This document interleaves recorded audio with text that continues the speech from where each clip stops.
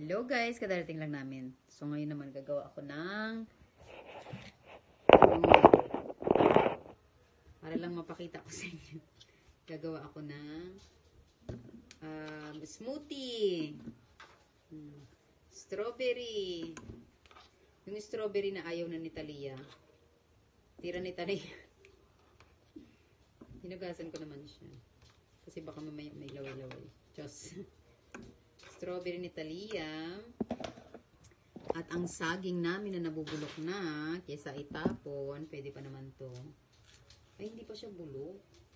Ano lang siya, naniga sa sobrang lamig, gininaw.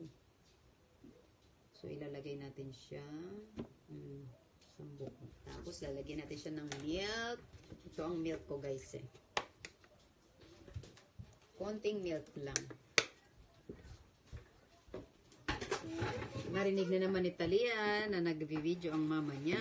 So, lapit na naman siya. What's that? This is a smoothie. I'm not. You don't like it. No. No, please stop. Yan, tapos na. Ano pa din mo? Yeah. Tapos ang ating smoothie. Ito na siya, guys. Ang ganda ng kulay niya. Ha! Kaya ko siya nilalagyan ng banana para yun ang pinakamatamis niya, pinaka-sugar niya. Yung milk ko kasi hindi masyadong matamis. So, ayan na siya. So, ayan na.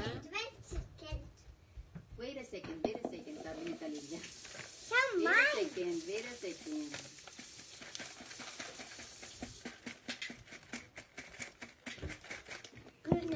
Yan. Si Talia din nagpe-prepare din siya ng sarili niya. Hindi na yan siya umaasa sa mami niya. Ayan na siya, guys. Tikman natin. Ha? Yeah, Betty, give her shit there.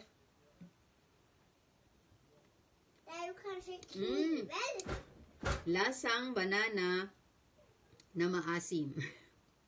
Kasi siguro maasim yung strawberry.